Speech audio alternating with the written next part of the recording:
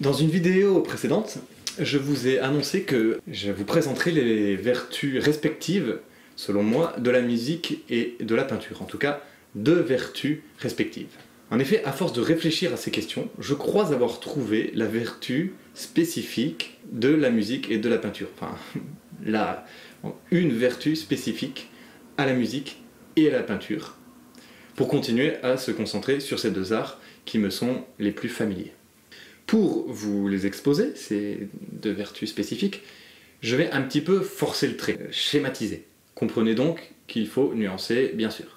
Souvenez-vous que, à partir d'Aristote, on distingue dans l'être, l'essence et l'existence. Ou, avec d'autres termes, la substance et l'existence. Ou encore la nature et l'existence. L'essence, chez l'homme, précède l'existence. Au moment de notre conception, on reçoit une nature humaine qui nous donne en puissance de devenir un homme accompli. Et plus tard, grâce à Dieu, on existe en tant qu'homme accompli, en tant qu'homme adulte. Et encore, là, à 30 ans, je suis encore un homme en puissance, puisque il me manque le destin complet de Dieu sur moi, à savoir l'union parfaite avec lui. Donc je suis partiellement homme en existence, tout en ayant la nature d'homme, l'essence d'être humain. Voilà pour ce point-là. Petit rappel de catéchisme, chez Dieu, ce n'est pas pareil, car il n'est pas créé. On n'a pas créé sa nature divine, et puis ensuite il existera en tant que Dieu. Ou c'est pas sa nature divine qui est apparue, puis son existence. On dit donc qu'en Dieu, essence et existence sont égales, et aucune ne précède l'autre. On dit l'essence de Dieu, c'est d'exister. Dieu est immuable, il ne change pas, ça renvoie à son essence. Dieu est aussi vie et mouvement parfait, ça renvoie à son existence. Le fait qu'il soit à la fois immobile et pur mouvement, ce paradoxe unique en Dieu, ça s'appelle la circumincession. Voilà, je ne sais pas si vous avez déjà entendu ce terme, mais ça désigne ça. Une image pour comprendre cette circumincession, circum, autour, ça vient du latin, c'est la roue qui tourne tellement vite qu'elle apparaît immobile. Une image imparfaite, bien sûr, parce que c'est pas l'immobilité de Dieu ne vient pas d'une apparence, mais ça donne une idée. Et la vertu spécifique de la peinture et de la musique. J'y viens, on y est. La peinture, en tant qu'immobile, statique, eh bien je crois, tendrait à exprimer ce qui est de l'ordre de l'essence, de la substance. Tandis que la musique, qui s'inscrit nécessairement dans le temps et correspond à une action, traduirait plutôt ce qui est de l'ordre de l'existence. En effet, la peinture est immobile et la musique se meut dans le temps. Pour cette raison, j'aurais tendance d'ailleurs à dire que l'apanage de la musique, c'est la louange, tandis que l'apanage de la peinture, c'est la contemplation. Prenons un exemple. En art sacré, d'une peinture et d'une musique qui exprimeraient, toutes les deux, la charité, qui exprimerait Dieu au fond. Par exemple, une figure de saint, qui est animée par la charité de Dieu, et le chant d'un psaume, à travers lequel s'exprime la charité. Eh bien, l'une et l'autre, la peinture comme la musique, traduiraient. D'un côté, pour la peinture, le fait d'être en état de grâce, la grâce sanctifiante, l'état habituel d'avoir la charité en soi, un état. De l'autre côté, pour la musique, le fait d'aimer en acte, comme le verbe en grammaire qui agit, le fait de faire un acte d'amour. Dans le cas de Dieu lui-même, la peinture pourrait exprimer son caractère immuable, sans affectation, ce qu'il est de toute éternité, toujours le même. Et la musique, elle, pourrait exprimer son mouvement perpétuel trinitaire, le fait qu'il vit en permanence un acte d'amour mutuel. C'est donc cette circumincession dont je parlais, qui ne peut pas s'exprimer entièrement. La musique et la peinture, séparées, ne suffisent pas pour exprimer le mystère. Impossible. Elles sont lacunaires, mais du coup elles se complètent. Elles se complètent en étant séparées, justement.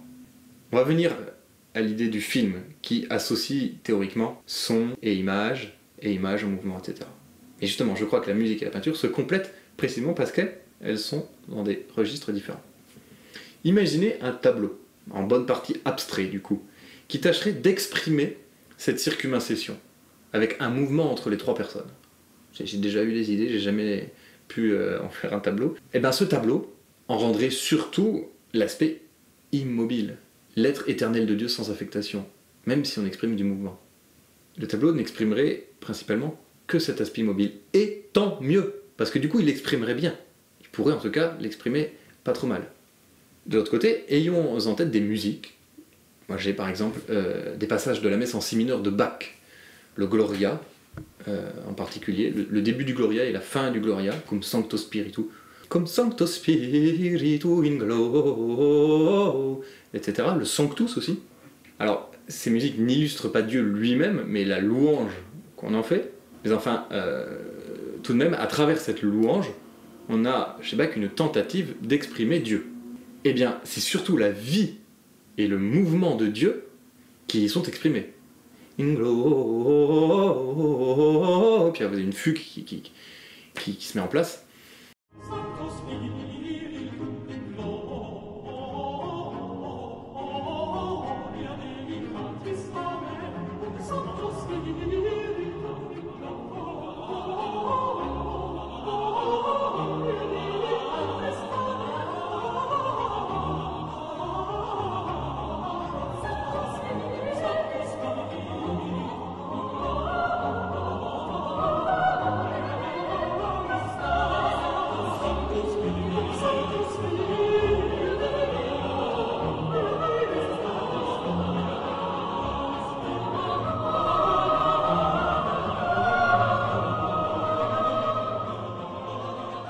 Donc là, on a surtout la vie et le mouvement de Dieu qui sont exprimés, et tant mieux, parce que du coup c'est bien exprimé. Quand j'expose donc ma théorie des vertus spécifiques de la musique et de la peinture, on me dit souvent que le film possède les deux. Et non. Je ne trouve pas. Pourquoi ? Un film, mis à part d'autres problèmes que ça poserait, pour représenter par exemple la Trinité, mais même quelque chose de plus simple, il manquerait l'immobilité et le calme qu'on a dans un tableau, et le silence. Il faudrait donc un art qui assume paradoxalement d'exprimer à la fois une parfaite immobilité et un parfait mouvement. C'est pas le cas du cinéma. Et bien, si quelqu'un arrive à exprimer de manière paradoxale à la fois une parfaite immobilité et un parfait mouvement, s'il me dit je suis devant une œuvre d'art qui exprime ces deux-là parfaitement à la fois, eh ben, c'est qu'il est face à Dieu lui-même. Un film ne peut pas parvenir à posséder ce paradoxe. L'aspect immobile et silencieux d'un tableau est une force.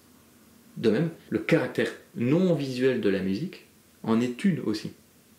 Et si elle évoque des images, comme moi c'est mon cas, ça m'évoque beaucoup d'images, c'est par un effet de correspondance. En conclusion, je dirais qu'un artiste a intérêt à assumer la vertu spécifique de son art. C'est en tout cas ce que je me dis pour ma part. Dans ma peinture, je vais donc chercher à exprimer surtout cette idée d'essence, à travers une sorte d'immobilisme. Vous voyez les peintures de Vermeer. On y perçoit que le temps est comme suspendu. Il a pleinement assumé cette qualité de la peinture. Et ça donne des chefs-d'œuvre. Je vous cite Vermeer, mais il y en a plein. Et voyez-vous, même le mouvement en peinture va plus chercher à exprimer l'essence du mouvement que son existence. De manière complémentaire, je pense qu'un musicien doit assumer qu'il exprime plutôt l'existence du mouvement. De même qu'il peut parvenir, de manière géniale, à exprimer l'existence du calme. Le calme qui existe. L'existence de la paix et de la tranquillité. La paix, la tranquillité, le calme, c'est vivant. On a en tête plein de musiques qui, je trouve, justement, expriment cette existence, parce qu'elles sont musiques, mais elles expriment aussi la paix et la tranquillité et le calme. Ça, c'est pas le ressort exclusif de la peinture. Mais si on a une peinture paisible, elle va exprimer l'essence de la paix, alors que la musique va exprimer l'existence de cette paix. Vous voyez, c'est subtil. Ce que je vous propose, c'est de me faire part, en commentaire, de vos remarques, et éventuellement des nuances ou des approfondissements que vous apporteriez à ma réflexion.